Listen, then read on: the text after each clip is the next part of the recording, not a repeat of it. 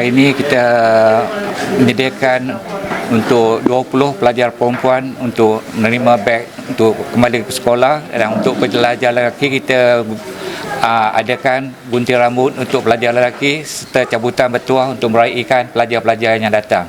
Matlamat utama kita mengadakan projek ini adalah untuk menyediakan persediaan fizikal supaya mereka rapi dan bersedia balik ke sekolah. Kedua, mengurangkan bebanan kepada keluarga. Ketiga, meningkatkan keyakinan diri dan imej supaya mereka selesa kembali ke sekolah.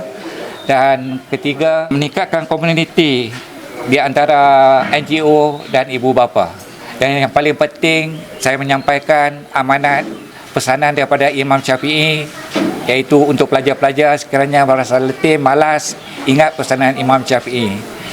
Sekiranya kamu penat untuk belajar, maka tangguhlah periknya kebodohan.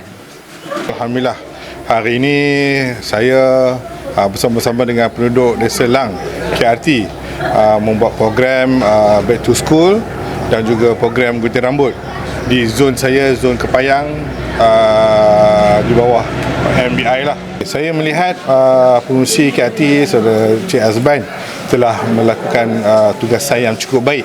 Beliau juga pada tahun ini tak membuang masa terus membuat program Back to School, program gunting rambut dan sebagainya.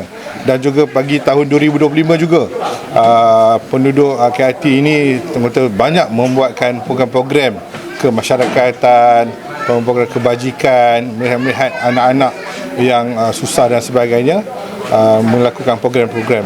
Kemudian saya juga hadir dalam program perasmian untuk penubuhan silat di kampung KRT ini. Saya ucapkan tahniah dan terima kasih sekali lagi kepada penduduk Desa Gunung Lang kerana aktif melakukan pelbagai aktiviti.